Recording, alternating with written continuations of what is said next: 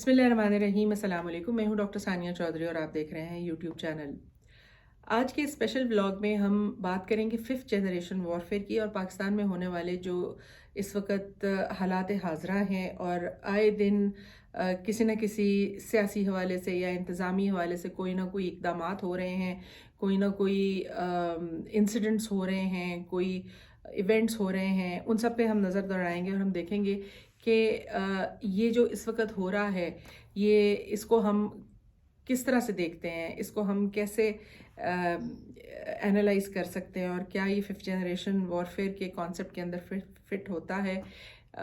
یہ آج کا ہمارا فوکس رہے گا۔ پاکستان میں اس وقت 245 اے کا ایک سیکشن ہے اور اس کے انڈر جو آرمی ہے اس کو کال آؤٹ کیا جاتا ہے کہ لا انفورسمنٹ جو ہے وہ آپ ہینڈل کریں گے، اور اس کے بعد جو ہیومن رائٹس ہیں وہ ایک طرح سے زیرو ان ہو جاتی ہیں اور عوام کے ہیومن رائٹس کے کوئی حقوق نہیں رہتے ان کے بحیثیت انسان ہونے کے۔ تو یہ حالات اس وقت عمران خان صاحب کی جو گرفتاری ہوئی اور اس کے بعد جو گرفتاری کے بعد خصوصی طور پہ جس طرح سے ایک پروٹیسٹ ہوا، جو انتشار ہوا یا کرایا گیا، یا جو گاڑیاں جلائی گئی، جو املاک جلائے گئے، جو بلڈنگز کو آگ لگائی گئی، جو فائر کیے گئے، لوگوں کی اموات ہوئیں، تشدد کیا گیا، گرفتاریاں کی گئیں، اور بہت سے اس طرح کے معاملات چل رہے ہیں اس وقت انٹرنیٹ کا ایک بلیک آؤٹ چل رہا ہے تقریباً پچھلے 5-6 دن سے اب، اور انٹرنیٹ ایک ایسی چیز ہے کہ جس کے اوپر آج دنیا میں خواہ کتنا ہی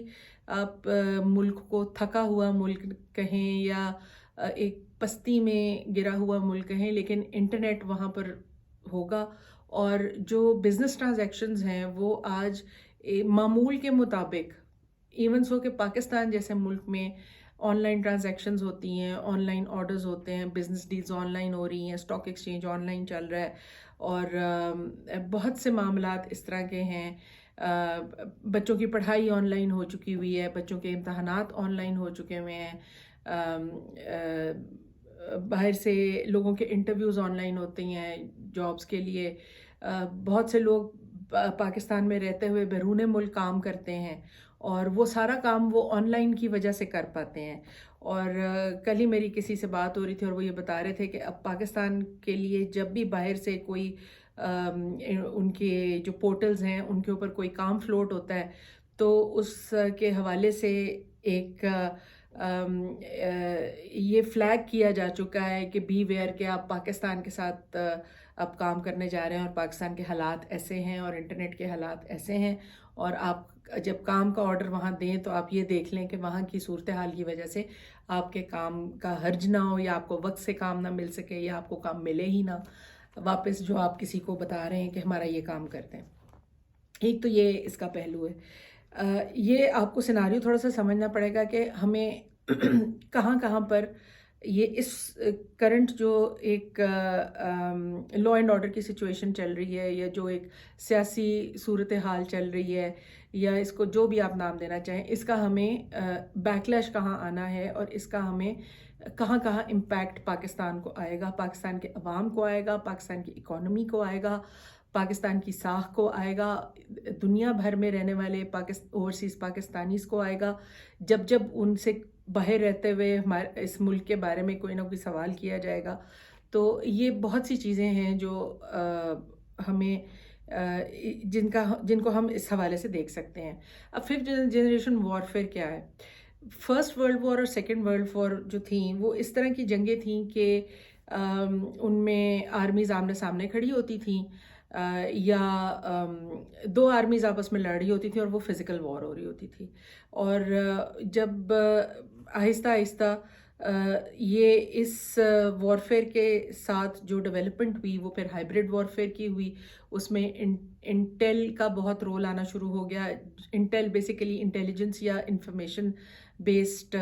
نالج ہے جس کو استعمال کر کے آپ اس کو فزیکل وارفیئر میں استعمال کر لیں. لیکن اس طرح کا ایک بہت سی انفارمیشن جو ہے اس کا استعمال اس طرح سے ہونے لگا کہ آپ کو فزیکل وارفیئر کی تو ضرورت ہی نہیں رہی. اور فزیکل وارفیئر دو آرمیز کو اب آپس میں نہیں کرنا پڑتا. اس کا جو ففتھ جنریشن وارفیئر کے انڈر جو کانسیپٹ ہے وہ یہ ہے کہ آپ نے جس ملک کے ساتھ جنگ کرنی تھی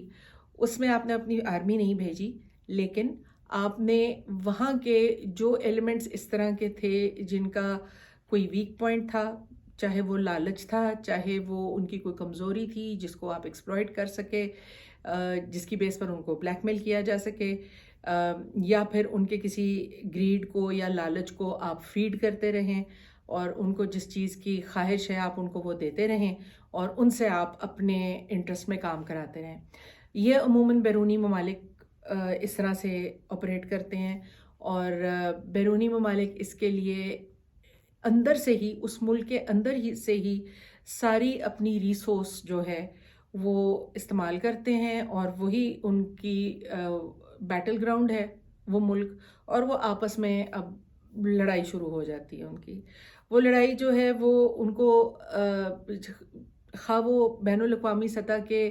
کانٹریکٹس دینے ہوں، ان کی جو ٹرمز اینڈ کنڈیشنز ہوں، وہ اس حوالے سے بھی اپنے ملک کو نقصان پہنچایا جا سکتا ہے. اور اس میں تفصیل بہت سی ہے جس میں ہم جا سکتے ہیں، لیکن اس وقت آج کے جو سیشن ہے اس میں ہم ایک جنرل انڈرسٹینڈنگ پہلے اسٹیبلش کر لیں، تو اس کی ایگزامپلز جو ہیں وہ لے کے ہم پھر دوبارہ کسی ویلاگ میں آپ کے ساتھ وہ بھی شیئر کریں گے. تو یہ آپ کانٹریکٹس انٹرنیشنل لیول کے ہوتے ہیں، اس میں آپ وہ ٹرمز اینڈ کنڈیشنز ملک کے لوگوں سے رکھوائیں جو ان کی کنٹری کے لیے تو نقصان دہ ہوں لیکن آپ کو فائدہ دے جائیں. ایک صورتحال یہ ہے. دوسری صورتحال یہ ہے کہ آپ وہاں پر انتشار لوکل لیول پر سول انریسٹ پھیلا دیں.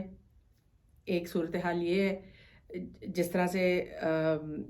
عراق کی اگزامپل ہمارے سامنے ہے، کوریا کی اگزامپل ہمارے سامنے ہے، اور بہت سے ممالک دنیا میں اس طرح کے ہیں جہاں پہ اس طرح کی سچویشن کر کے ان کو بہت کمزور کر دیا گیا کہ وہ بہت پستی میں چلے گئے، اور اس کے بعد ان کے لیے وہاں سے اٹھنا اور دوبارہ ترقی کی جانب جانا وہ بہت مشکل ہو گیا. اس میں ایک خصوصی پہلو اس بات کا ہے کہ پاکستان، یہ ایک ٹاپک ان اٹس اون ہے کہ وائی پاکستان کو کیوں اس طرح سے ٹارگٹ کیا جا رہا ہے. تو وہ ایک اور ہم اس پہ ویلاگ کر لیں گے. بیسیکلی اس کی جیو اسٹریٹجک پوزیشن ہے، اور it's a nuclear state, it's a Muslim state, یہ اس کی مین وجوہات ہیں. اچھا، بہت سے لوگوں کو، بہت سے ممالک کو یہ چیزیں پسند نہیں ہیں، اور وہ نہیں چاہتے کہ پاکستان جو ہے وہ ایک اسٹرانگ اکنامک کنٹری بنے، ایک اس ریجن میں ایک اکنامک پاور بنے، یا ایک اسٹیبلشڈ نیوکلیئر پاور ہونے کے ساتھ ساتھ وہ مزید اسٹرینتھن ہو. تو ایک تو اس کا وجہ یہ ہے، اس کی بھی آگے کافی ساری ڈیٹیل ہے. اب ایک صورتحال تو ہم نے یہ دیکھی کہ آپ انتشار پھیلا دیں. دوسری یہ تھی کہ آپ کانٹریکٹس جو انٹرنیشنل کر رہے ہیں اس میں فائنینشیل نقصان پہنچانے کی بیسیکلی بات ہے. تیسرا یہ ایک ہم نے عمل اور دیکھا ہے کہ ہمارا ملک کا کریکولم بہت سے دوسرے ممالک آ کر وہ بناتے ہیں. جو ہم نے بچوں کو پڑھانا ہے، بجائے اس کے کہ وہ پاکستان میں ڈٹرمن ہو، وہ پاکستانی ڈٹرمن کریں، اس کے اندر بہت سا انپٹ جو ہے وہ باہر کے ممالک کرتے ہیں. تو اب اس طرح سے تو آپ پوری کی پوری جنریشنز جو ہیں ان کو کیا پڑھانا ہے اور کیا نہیں پڑھانا یہ پھر ایک الگ بحث ہے. لیکن اس کا فیصلہ آپ کے ملک کے اندر نہیں ہو رہا، اس کا فیصلہ کہیں اور ہو رہا ہے. ایک یہ صورتحال ہے. اور اس کے علاوہ یہ کہ آپ نے فائنینشلی یا اکنامکلی اس ملک کو اتنا کمزور کر دینا ہے کہ جس طرح ہمارے ملک کی سچویشن ہے کہ ہم IMF کے پیکج کے بغیر سروائیو ہی نہیں کر سکتے. ہم جو قرضے لیتے ہیں ہم ان کے بغیر سروائیو ہی نہیں کر سکتے. اگر جو ہم کرنٹ سیٹ اپ دیکھیں، اگر کوئی ان سے نکلنے کی صورت ڈسکس کرے تو وہ کسی کو قبول نہیں ہے. وہ ان فورسز کو یا ان پاورز کو یا ان آرگنائزیشنز کو یا ممالک کو وہ سچویشن قبول نہیں ہے جہاں پر ہم فائنینشلی انڈیپینڈنٹ ہونے کی بات کریں. تو ایک صورتحال یہ بنتی ہے. تو اس طرح سے بہت سی طریقے ہیں کہ آپ نے ایک ملک کو ڈسٹروائے ہی کرنا ہے نا، تو آپ اپنی آرمی کیوں اس پہ ضائع کریں؟ ضرورت ہی نہیں ہے. جب آپ کو اس ملک سے بہت سے لوگ، بہت سے عناصر اس طرح کے ریڈیلی اویلیبل فار سیل مل جائیں گے جو اپنا بھی پرسنل انٹرسٹ بھی دیکھتے رہیں گے اور ساتھ ساتھ آپ کے انٹرسٹ بھی دیکھتے رہیں گے. تو یہ بیسیکلی 5th جنریشن وارفیئر ٹھہرا. اور اب اس 5th جنریشن وارفیئر کے کانسیپٹ کی ایک ایکسپلینیشن کے ساتھ، ایک ڈیٹیل کے ساتھ آپ اب دیکھ لیں کہ ہمارے ملک میں جو ہو رہا ہے وہ اس وقت کیا ہو رہا ہے. آج کے سیشن کے لیے اتنا ہی. اگلے سیشن میں ہم مزید اس پہ گفتگو کریں گے. جب تک کے لیے اپنا خیال رکھیے گا. اللہ حافظ.